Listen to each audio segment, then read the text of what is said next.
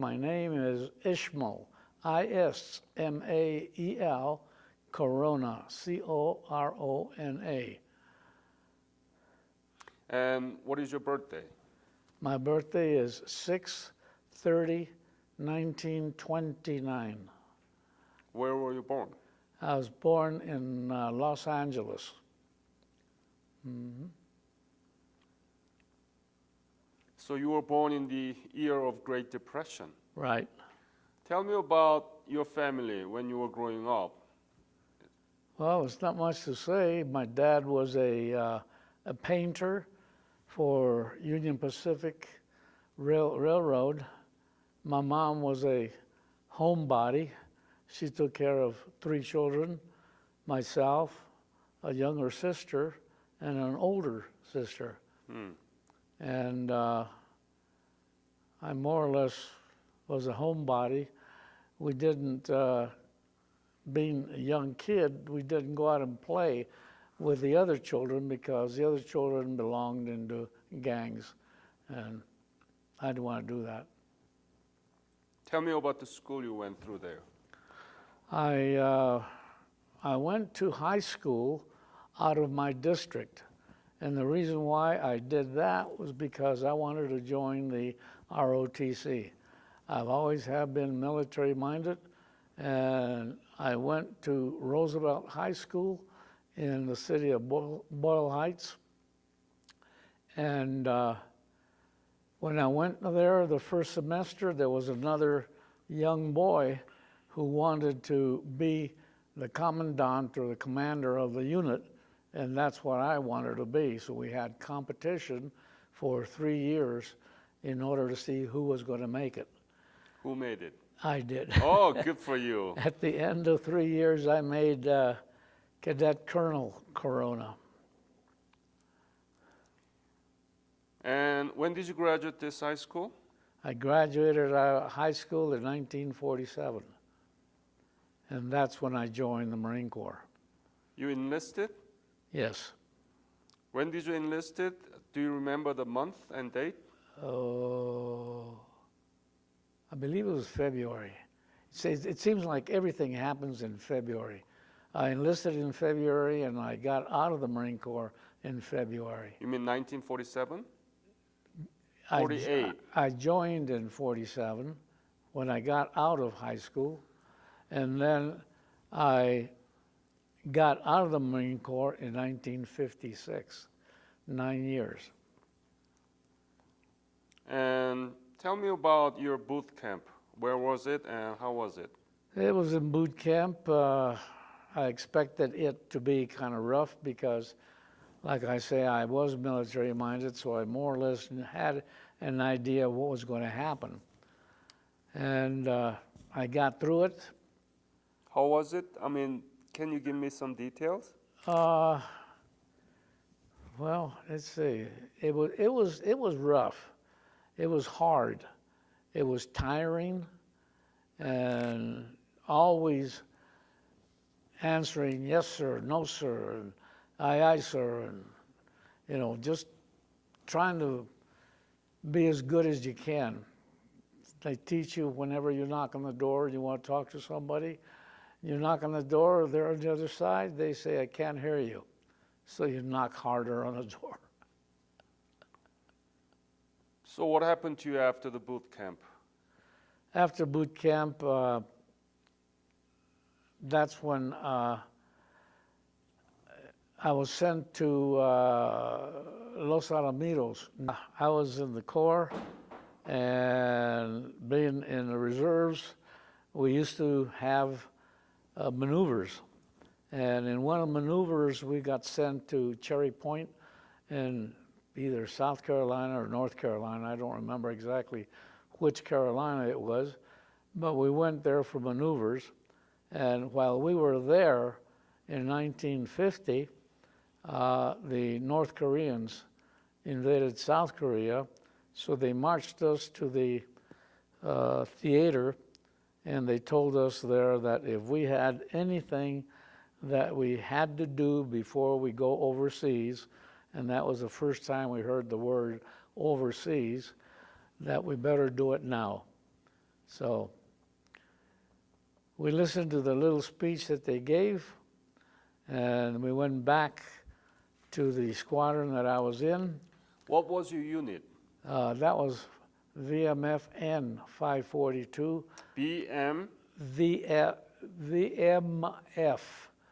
That's V is heavier than air, M is marine, F is fighter, and then in What's the V? V is heavier than air. What is that? It's just heavier than air. It's an airplane. Mm-hmm. So BMF? VMF, and then in parens Uh-huh. had an N, Uh-huh. and the N stood for all weather. So nighttime, daytime, fog, or anything, we were always flying. So unit of BMF belong to what division? It belonged to VMFN 542 was the squadron that I was in, 542.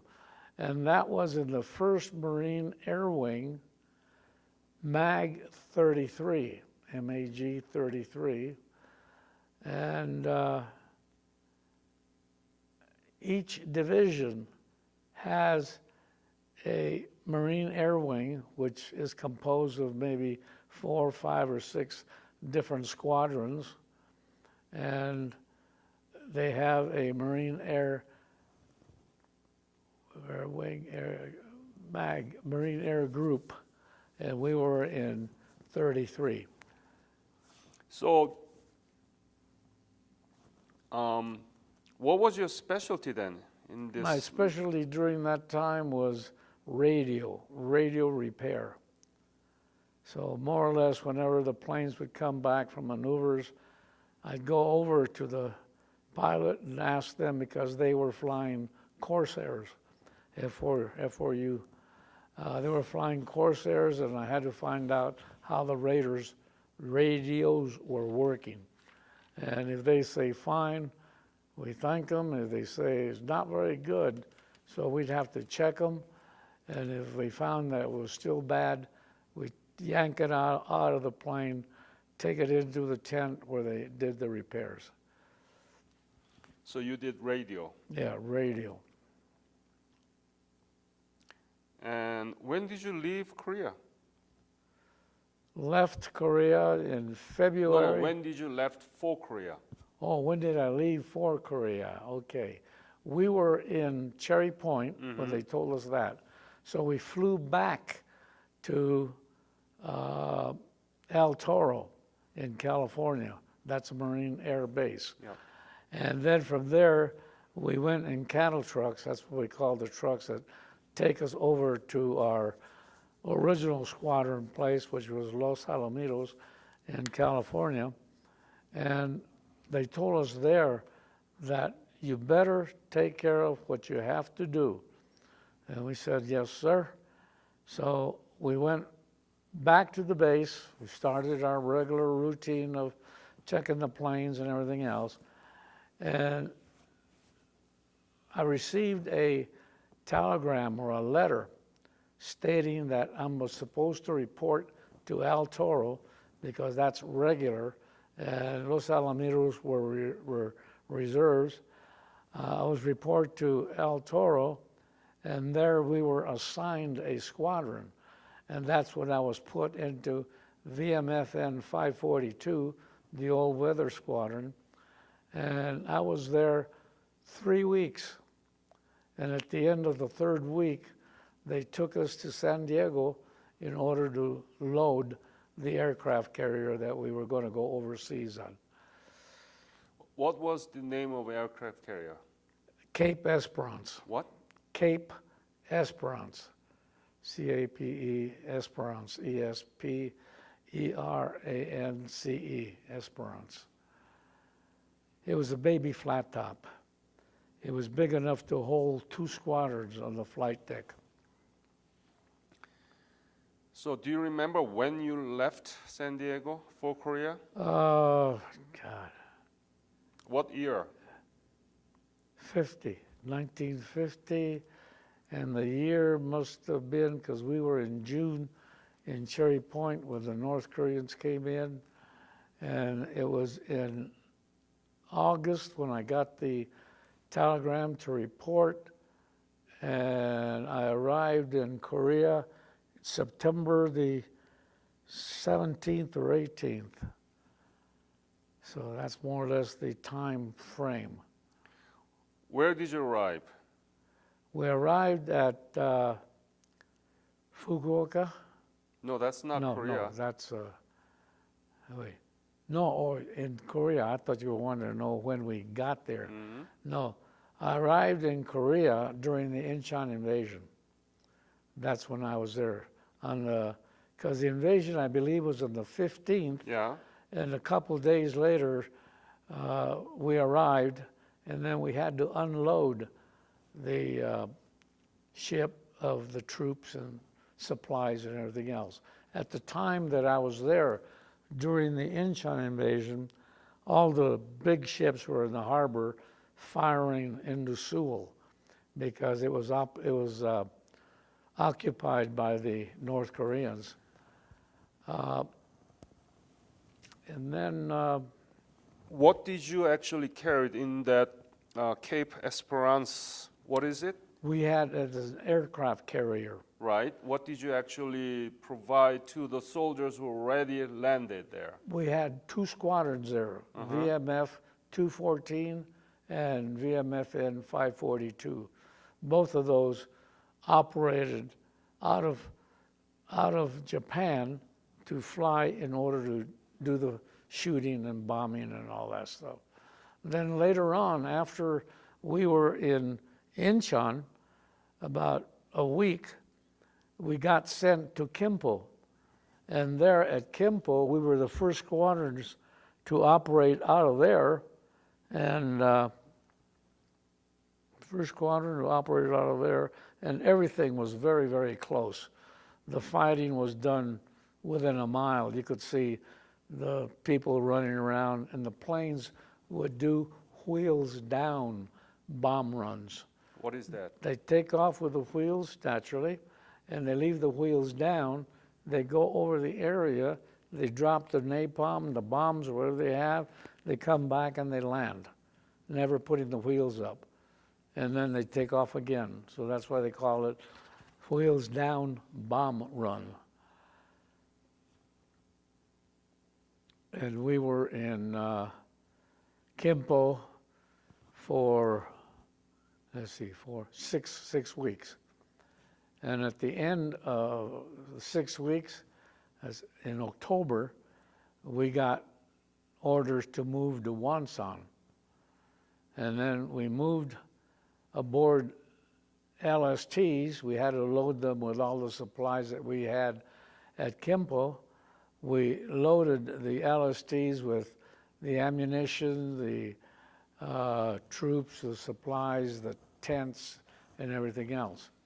And one unusual thing that I thought happened was that we had 6 Marines lifting up one rocket, and that rocket was a 1-ton rocket.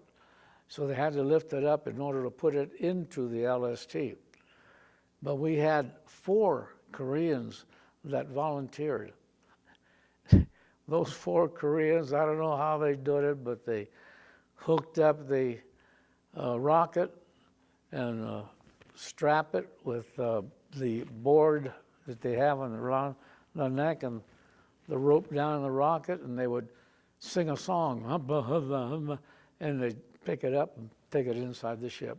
Only 4 Koreans? 4 Koreans. Including 6 of you? 6 of us. So all of 10? 10 No, people? we were off of it. Ah, Just 4 of them only. It's the same way when we were at Kimpo. you telling me 4 Korean people carried 1-ton rocket? Right, 1,000 kilogram? right. So approximately that's 150 kilograms that per person. That's an awful lot. But they did it. Another funny thing is a woman, when, No, it's not 150. It's 250. I'm sorry. right, yeah.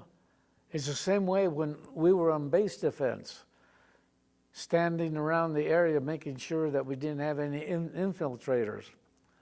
And we were looking over the rice fields, and there was a path out in front, a good distance away.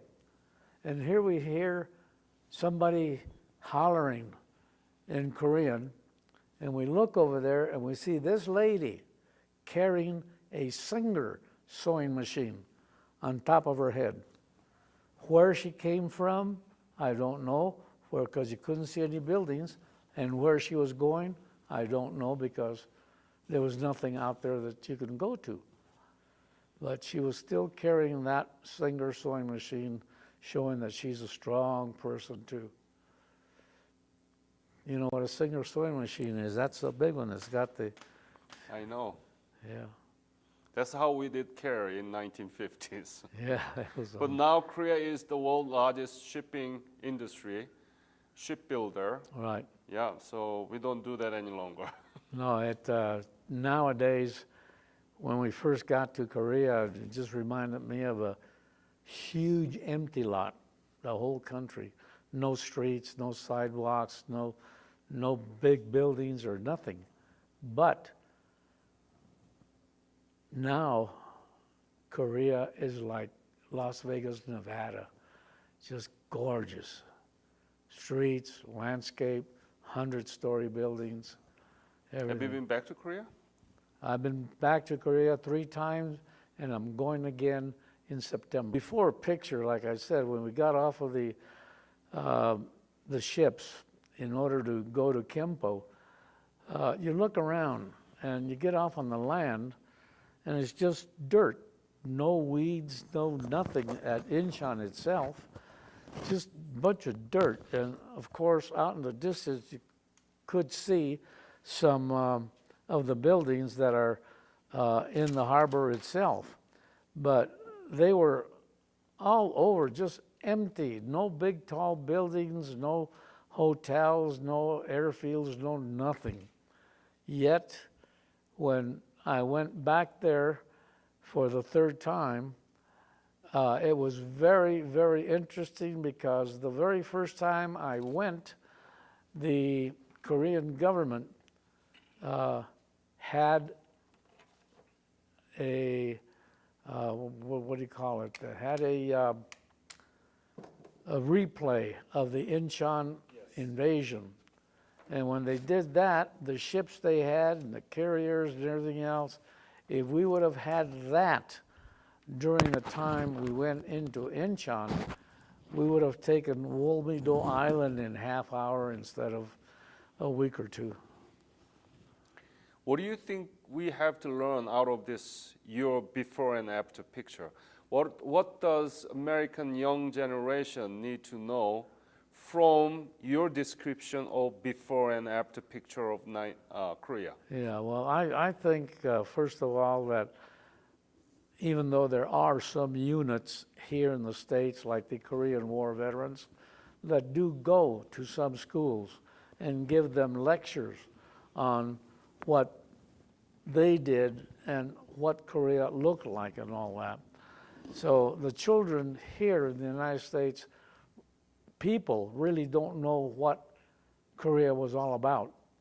Yeah, they just know that we were fighting in a foreign country with foreign people. We didn't know them or anything else, and yet we were there. And when I was there, I felt a little leery, a little unsure of myself as to what was going on because of all the excitement and everything going around.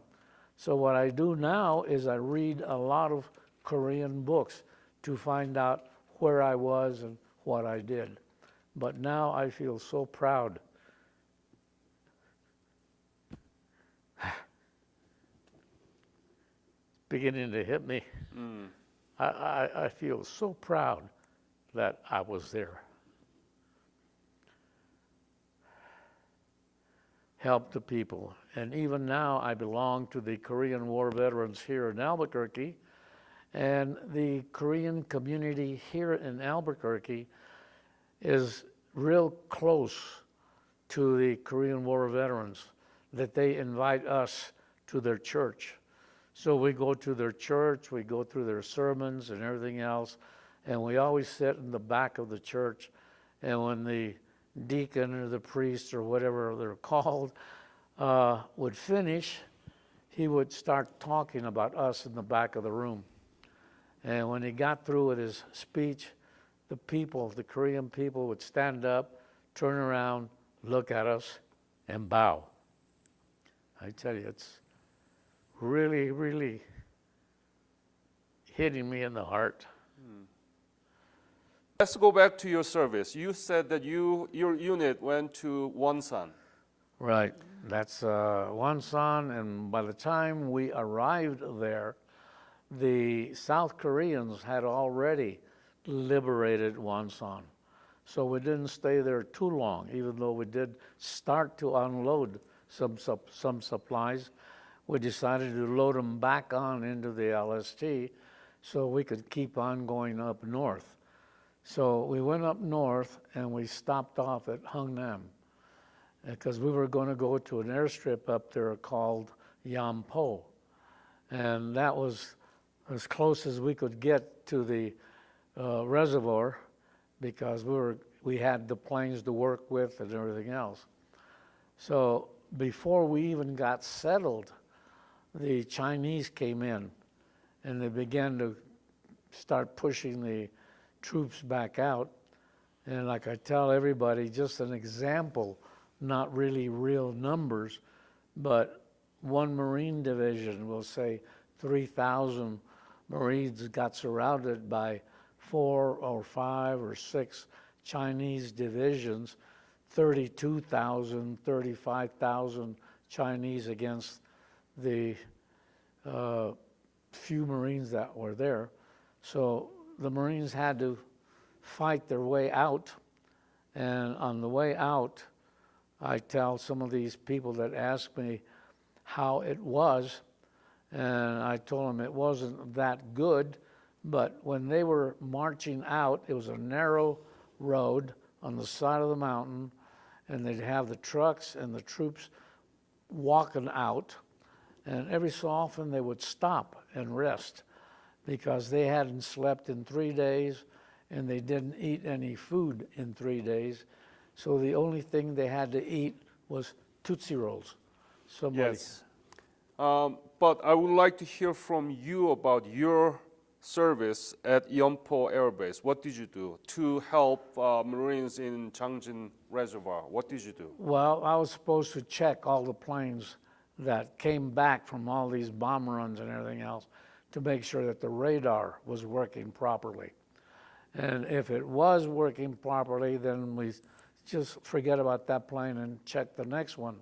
And if a plane had a problem with a radar, that it was intermittent or something, then I would go in and check the radar itself, and if I would see the problems, then I would get the radar equipment out of the airplane and take it into the tent in order to get it repaired. How intensive that sortie? I mean, you said, what was the aircraft, Corset? Or what No, it was a Tigercat. Tigercat. F7F Tigercat. F7 F. F Tigercat. Yeah, F is a fighter, Yep. 7 is a model, and F is the company that built it. I see. It's a Jet F. No, it's a prop. Prop. It's twin engine, tricycle landing gear. It had the pilot in the front and the radar operator in the back.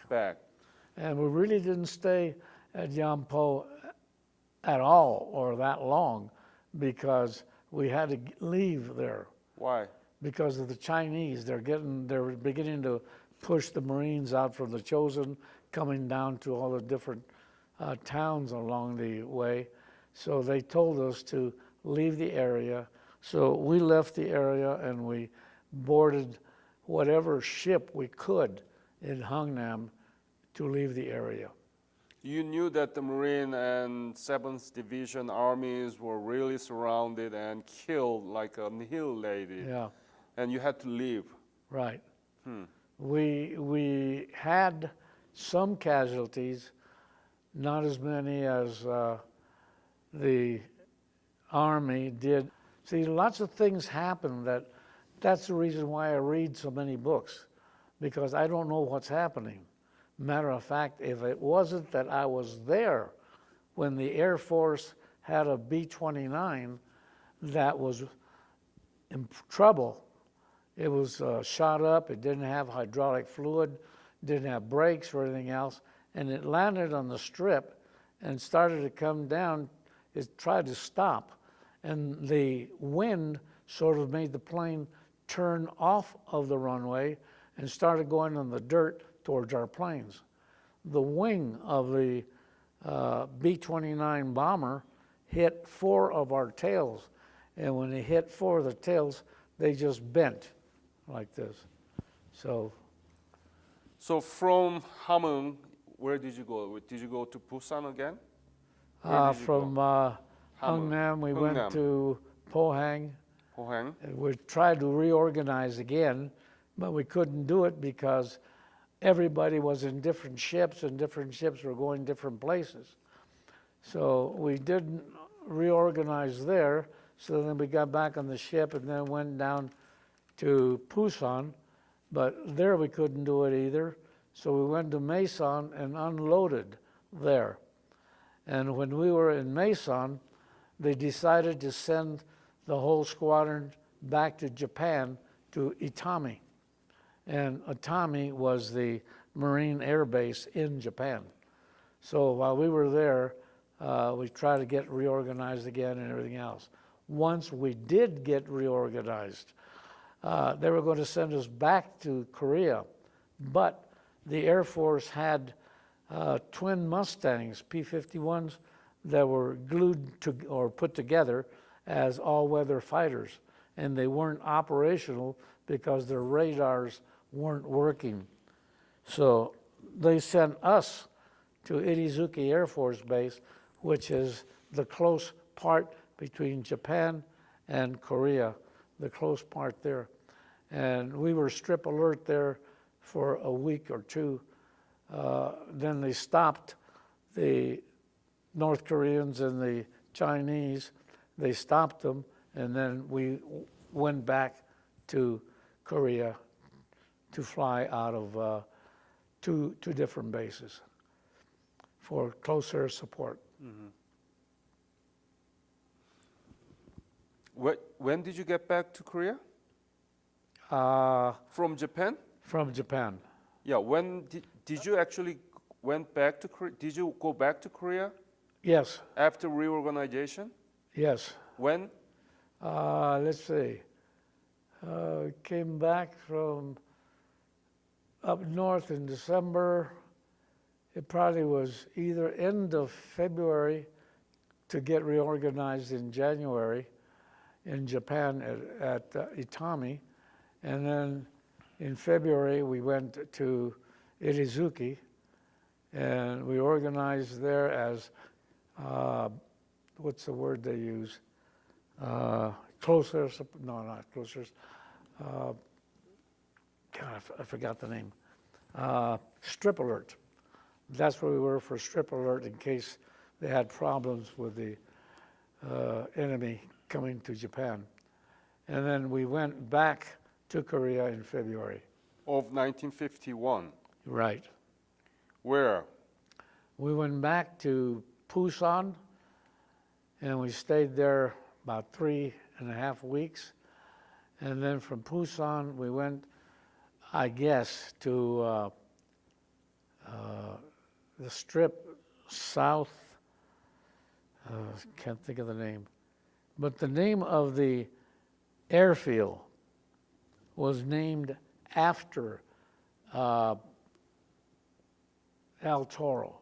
El Toro is a male bull. And they named the base where we were El Becerro, meaning the baby bull.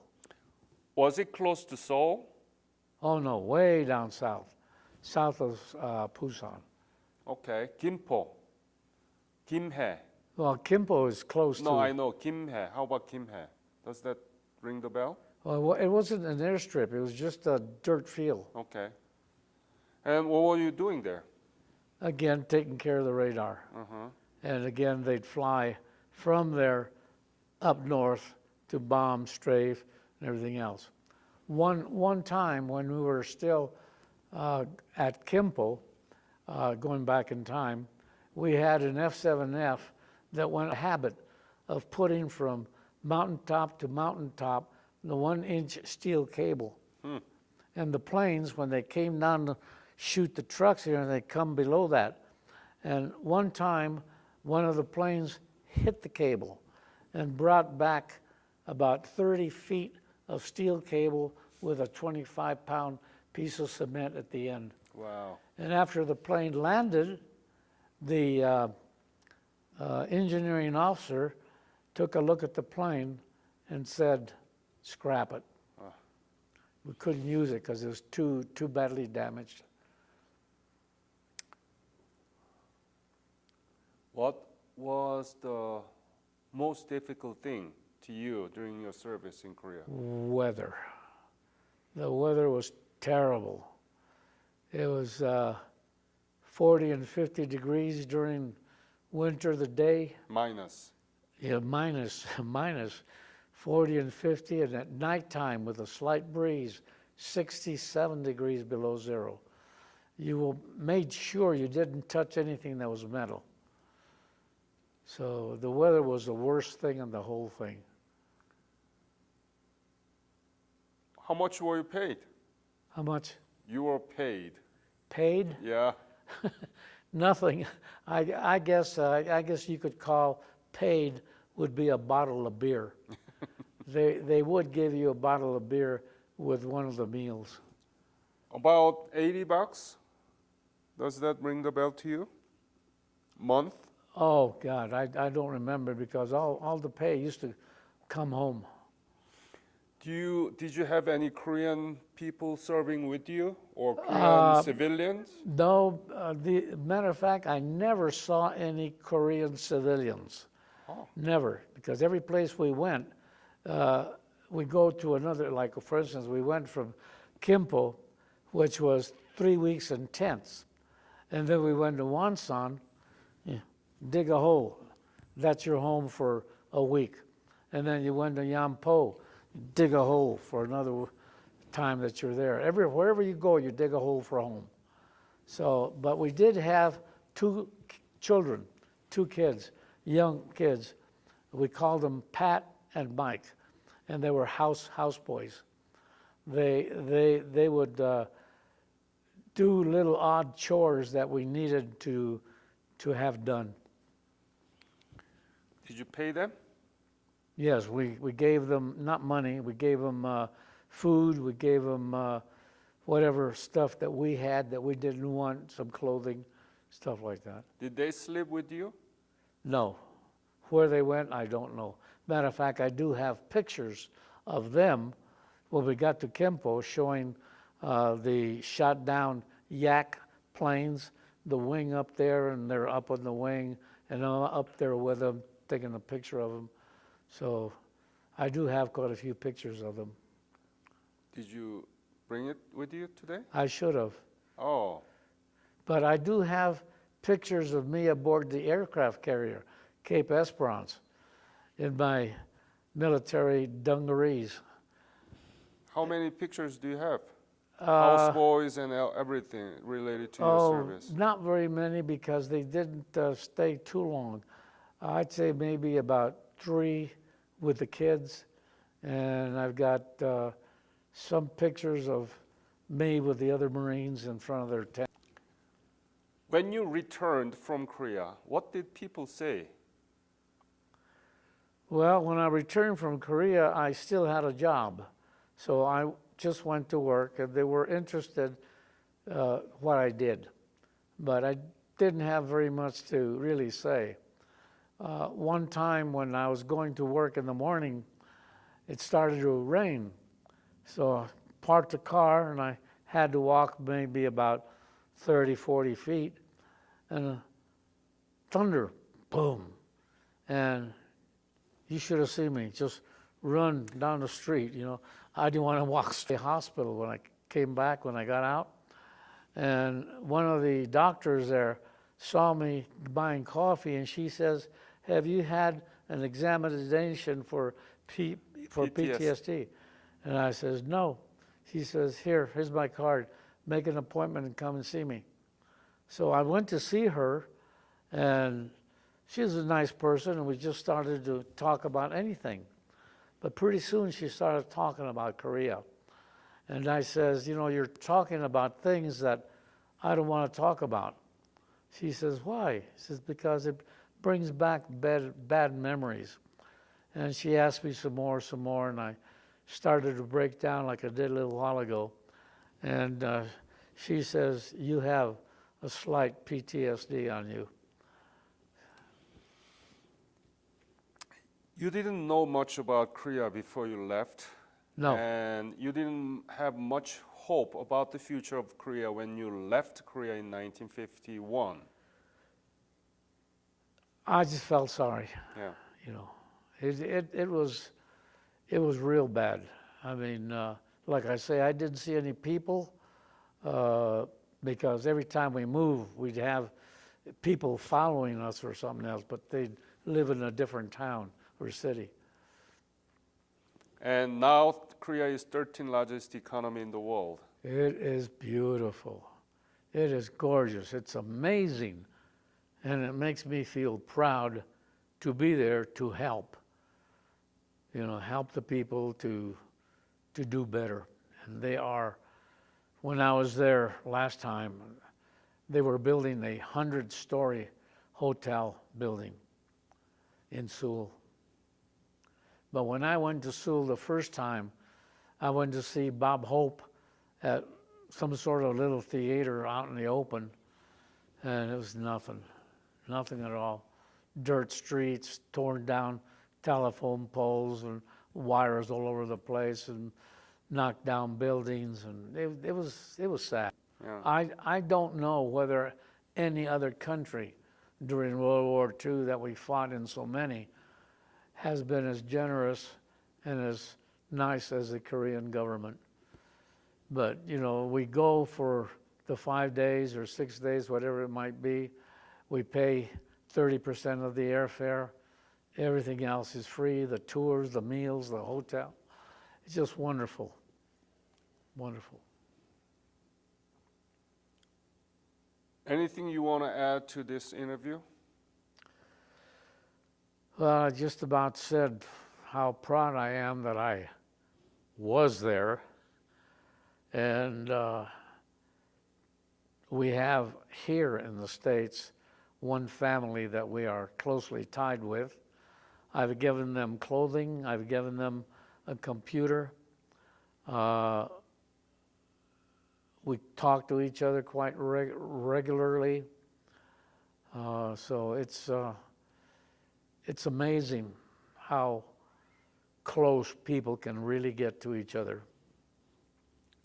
Do you have grandchildren or great-grandchildren in the age of high school or college? None. None. All I had was 6 cats. All right. Mike. Yes, sir. It's a great honor and pleasure to hear from you about your honorable service. And because of that, Korea was able to pull this out. Simultaneous economic development and democratization, never precedented in the history of human society in 20th century. I want to thank you, all other veterans who killed, still in missing, and wounded. And that's why we want to preserve this, your whole witness, forever, and so that young children can listen from you. This is why we are doing this. Okay? Very good. Thank you so much, sir. Thank you.